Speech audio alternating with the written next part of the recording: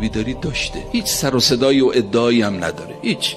خیلی کم کسانی هستن که میشناسن او رو. ایشون خودش میگفت سالها قبل من از جهت مالی وضعم خیلی خراب شد، خیلی خراب شد. قرض داشتم، قسط داشتم، مشکلات داشتم، خونم احتیاج به تعمیر داشت، درا پوسیده بود، سقف یه قسمتی گچاش ریخته بود، احتیاج به تعمیر داشت، پول نداشتم. دیگه کارت به استخونم رسیده بود. چندی بارم توسل کردم به امام زمان علیه السلام، پولی گیرم نیومد که بتونم خونم رو تعمیر کنم، قسطامو بدم و کارامو را بندازم.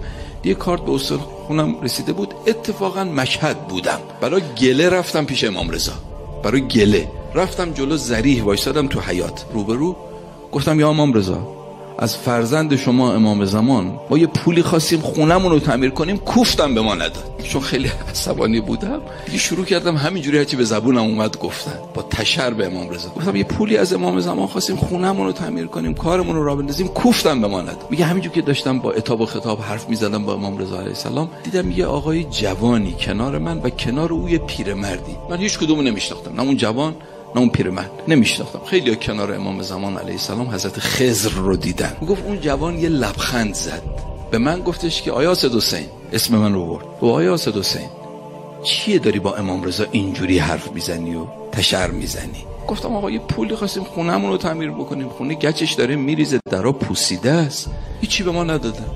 اون سید جوان گفتش که آیا استاد حسین چیزی نیست، حالا خونه آدم هم مقدار ساده باشه، یه ذره گچم ریخته باشه یا دری پوسیده باشه، چیزی نیست. خونه جدم علی هم همینجوری بود.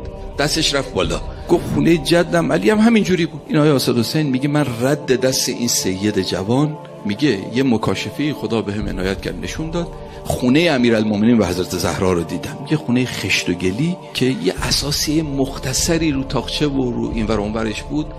یه مرتبه گفت خونه امیرالمومنین اینه؟ میگه همینجوری که با بهت و تعجب داشتم خونه رو نگاه میکردم و چشمم دور میزد که همه اساسیه رو ببینم. یه مرتبه چشمم افتاد به اون دربی که نیم سوخته بود تا وسطاش. گفتم اون دری که زدن به پهلوی حضرت زهرا این بود؟ میگه تا اینو گفتم دیدم چشم اون سید جوان اشک زد، شروع کرد گریه کردن. امام زمان علیه السلام برادر بزرگوار نسبت به نام 2 نفر بیتاب میشه. هر جای این 2 نفر رو اسم نبرید و حضرت رو قسم ندید به این 2 نفر.